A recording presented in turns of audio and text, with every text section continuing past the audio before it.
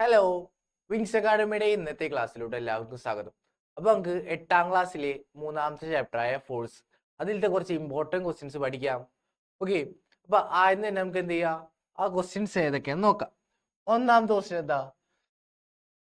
Which of the following is A contact force. നമുക്ക് കുറച്ച് force തന്നിട്ടുണ്ട് അല്ലേ?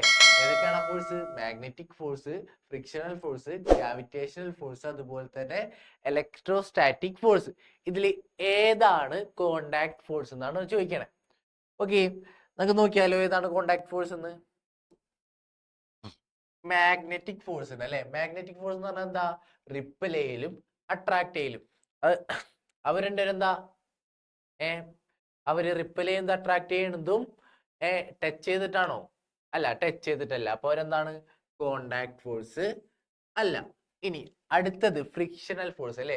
രണ്ട് സർഫസ് തമ്മിലുള്ള ഒരു ഓപ്പോസിറ്റ് ഫോഴ്സ് ആണ് എന്ത്? Friction.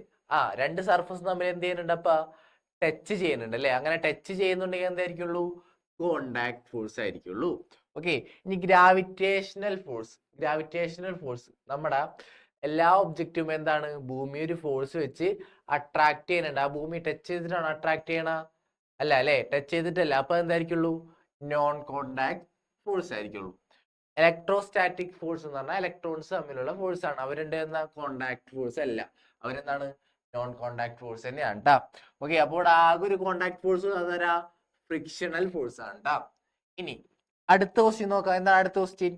Right the reason for the following statement. Okay, നമുക്ക് ഇതിന്റെ റീസൺസ് ചെയ്താ പറയുന്നുണ്ട്. ഫസ്റ്റ് സ്റ്റേറ്റ്മെന്റ് എന്താ?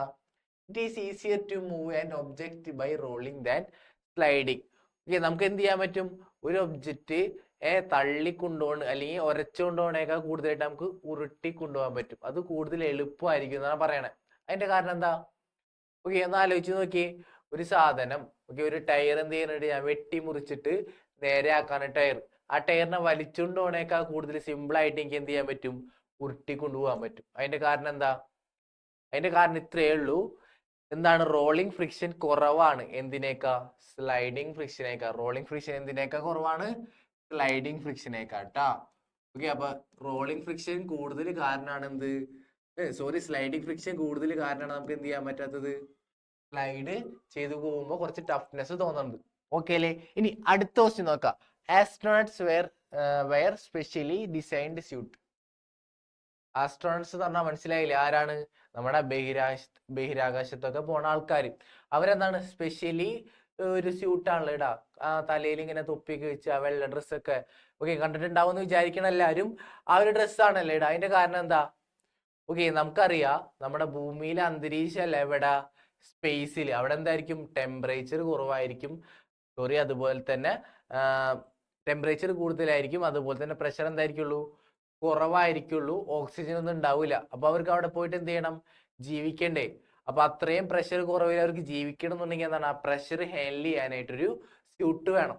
അപ്പൊ ഈ സ്യൂട്ട് അവർ ധരിക്കുമ്പോൾ അവർക്ക് ഉണ്ടാവുന്ന മാറ്റം എന്താന്ന് വെച്ചാല്, നമ്മ എർത്തിൽ ജീവിക്കണം അതേ അറ്റ്മോസ്ഫിയർ തന്നെ അവർക്ക് എവിടെ കിട്ടും? സ്പേസിൽ കിട്ടും. അതിന് വേണ്ടിയിട്ടാണ് അവർ എന്ത് ചെയ്യണത്? ഈ സ്യൂട്ട് ഇടണത്. ഓക്കെ അല്ലേ? ഇനി അടുത്തത്, sewing needles are made with sharp tips. Okay, നമുക്കറിയാം നമ്മുടെ തുന്നണ സൂചി എന്താണ്? അതിന്റെ തുമ്പത്ത് ഭയങ്കര കൂർത്ത മൊനയാണ്. അതിന്റെ കാരണം എന്താ? പെട്ടെന്ന് തുളച്ച് കയറാൻ വേണ്ടിയിട്ടാണ് അല്ലേ? ആ കൂർത്ത മോന എന്തിനാണ്? പെട്ടെന്ന് ഇപ്പുറത്തുനിന്ന് കുത്തിയിട്ട് അപ്പുറത്തോട്ട് പെട്ടെന്ന് തുളച്ച് കയറാൻ വേണ്ടിയിട്ടാണ് നമ്മൾ ആ കൂർത്ത മൊനകൾ ഉപയോഗിക്കുന്നത്. അതെങ്ങനെയാ? അതിന്റെ അപ്ലിക്കേഷൻ എങ്ങനെയാ? മൊന അല്ലെ? ഏരിയ കുറയുമ്പോൾ അവിടെ എന്താ സംഭവിക്കണത്? ഏരിയ കുറയുമ്പോൾ അവിടെ എന്ത് സംഭവിക്കും? പ്രഷർ കൂടും. അങ്ങനെ ഏരിയ കുറയുമ്പോൾ പ്രഷർ കൂടുമ്പോൾ നമുക്ക് എന്ത് ചെയ്യാൻ പറ്റുന്നുണ്ട്? പെട്ടെന്ന് ഉള്ളിലോട്ട് തുളച്ചു പോകാൻ പറ്റുന്നുണ്ട്. അപ്പൊ അതിനാണ് അവിടെ എന്ത്? ഷാർപ്പ് ടിപ്സ് കൊടുക്കുന്നത്. ഓക്കെ അല്ലേ? ഇനി അടുത്ത ക്വസ്റ്റ്യൻ എന്താ നോക്കാം. എന്താണ് അടുത്ത question? A ball rolling on A floor gradually slow down. നമുക്കറിയാം ഒരു ബോൾ നമ്മൾ ഉരുട്ടി വിട്ട് കഴിഞ്ഞാൽ കുറച്ചു നേരം കഴിയുമ്പോൾ എന്ത് ചെയ്യും?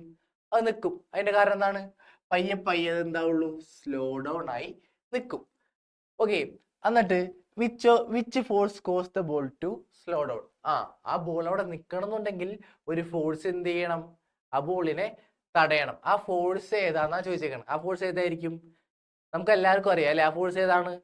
ഫ്രിക്ഷണൽ ഫോഴ്സ് ആണ്. എന്ത് ഫോഴ്സ് ആണ്? ഫ്രിക്ഷണൽ ഫോഴ്സ് ട്ടാ. ഓക്കെ, ഇനി ഈ frictional force suggest 2 method to reduce this force. Okay, frictional force കുറയ്ക്കാൻ വേണ്ടി നമ്മൾ കുറച്ച് മെത്തേഡ്സ് പഠിച്ച് അതിൽ 2 എണ്ണം എഴുതാനാണ്. ഓക്കെ, അതിൽ ഒരെണ്ണം ഞാൻ പറയാ സ്ട്രീം ലൈനിങ്. ഓക്കെ, എന്താണ് സ്ട്രീം ലൈനിങ്? നമുക്ക് സ്പെഷ്യലി സ്ട്രീം ലൈനിങ് എന്ന് പറഞ്ഞാൽ എന്താ, ഒരേ ഒബ്ജക്റ്റിനും ഫ്രിക്ഷൻ കുറയ്ക്കാൻ വേണ്ടിയിട്ട് നമ്മൾ എന്ത് ചെയ്യും, സ്പെഷ്യൽ ഷേപ്പ് കൊടുക്കും. ഓക്കെ, ആ സ്പെഷ്യൽ ഷേപ്പിന് നമ്മൾ ഉണ്ടാക്കണേ എന്ന് പറയും സ്ട്രീം ലൈനിങ്. അപ്പോൾ ഒരെണ്ണം കിട്ടി സ്ട്രീം ലൈനിങ്. ഇനി അടുത്തതാണ് എന്ത്, ലൂബ്രിക്കന്റ് ഏഡയിൽ. ലൂബ്രിക്കന്റ് എന്ന് പറഞ്ഞാൽ എന്താ, ഓയില് അതുപോലെ തന്നെ ഗ്രാഫൈറ്റ് അവരൊക്കെ എന്താണ് ലൂബ്രിക്കൻസ് ആണ്. അവരെ ആഡ് ചെയ്യുമ്പോൾ നമുക്ക് എന്താവും, ഫ്രിക്ഷൻ കുറഞ്ഞിടാം. ഫ്രിക്ഷൻ കുറയാനുള്ള 2 മെത്തേഡ് നമ്മൾ പഠിച്ച, ഒരെണ്ണം എന്താണ് സ്ട്രീം ലൈനിങ് ആണ്, അടുത്ത എന്താണ് ലൂബ്രിക്കന്റ് ഏഡയിലാണ്. ഇനി ചോദിക്കുന്നത് what type of force is experienced in here, contact or non contact. നമുക്ക് തന്നിരിക്കുന്ന ഫോഴ്സ് കോണ്ടാക്ട് ഫോഴ്സ് ആണോ നോൺ കോണ്ടാക്ട് ഫോഴ്സ് ആണോ? തന്നിരിക്കുന്ന ഫോഴ്സ് ഏതാണ്, ഫ്രിക്ഷണൽ ഫോഴ്സ് ആണ്. അതെന്താ, കോണ്ടാക്ട് ഫോഴ്സ് ആണ് ട്ടാ. ഓക്കെ അല്ലേ, ഈ ക്വസ്റ്റ്യൻ ഓക്കെ അല്ലേ? ഇനി അടുത്ത ക്വസ്റ്റ്യനിലോട്ട് നോക്കിയാലോ. Which among the following is used as lubricant. നമ്മൾ പഠിച്ചെന്ത്, ഫ്രിക്ഷൻ കുറയ്ക്കാൻ വേണ്ടിയിട്ട് ഉപയോഗിക്കുന്ന ആര്, ലൂബ്രിക്കൻസ്. ഇതിൽ ആരായിരിക്കും ലൂബ്രിക്കന്റ് ഉണ്ടാവുക?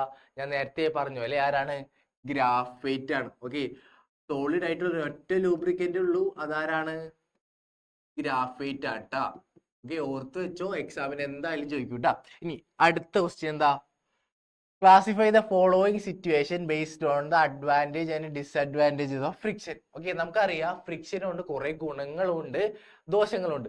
അപ്പൊ നമുക്ക് കുറച്ച് ഗുണങ്ങൾ തന്നിട്ടുണ്ട്, ദോഷങ്ങൾ തന്നിട്ടുണ്ട്. അതിനെന്ത് ചെയ്യണം, വേർതിരിച്ച് എഴുതണം. അപ്പൊ ഞാൻ അഡ്വാൻറ്റേജിനൊക്കെ എന്ത് ചെയ്യണം, ടിക്ക് ഇടണം, ഡിസ്അഡ്വാൻറ്റേജിനും ക്രോസ് ഇടണം. ഓക്കെ, ഹോൾഡിങ് എ ഒബ്ജക്റ്റ്, നമ്മ ഒരു ഒബ്ജക്റ്റിനെ കയ്യിൽ പിടിക്കുക. അപ്പൊ ഈ കൈ പിടിക്കണമെന്നുണ്ടെങ്കിൽ എന്ത് വേണം, അവിടെ ഫ്രിക്ഷൻ വേണം. ഫ്രിക്ഷൻ ഇല്ലാണ്ട് നമുക്ക് എന്ത് ചെയ്യാൻ പറ്റില്ല, ഒരു ഒബ്ജക്റ്റിനെ പിടിച്ചു നിർത്താൻ പറ്റില്ല.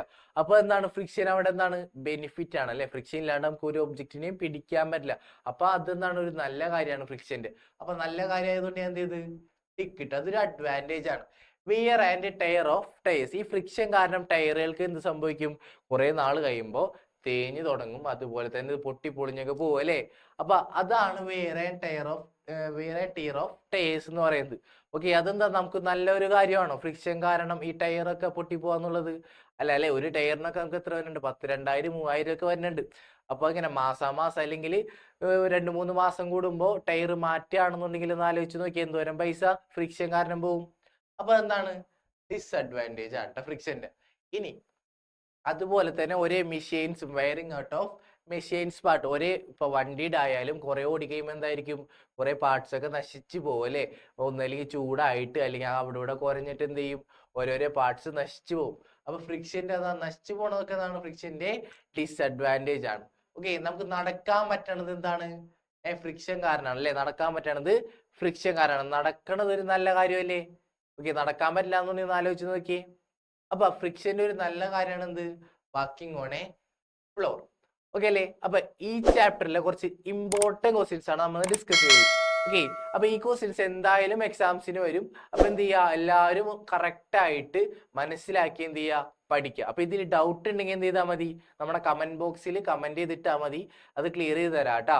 അതുപോലത്തെ ഇനിയും ഇതുപോലത്തെ വീഡിയോസുമായിട്ട് നമുക്ക് ഇനിയും കാണാം. ബൈ.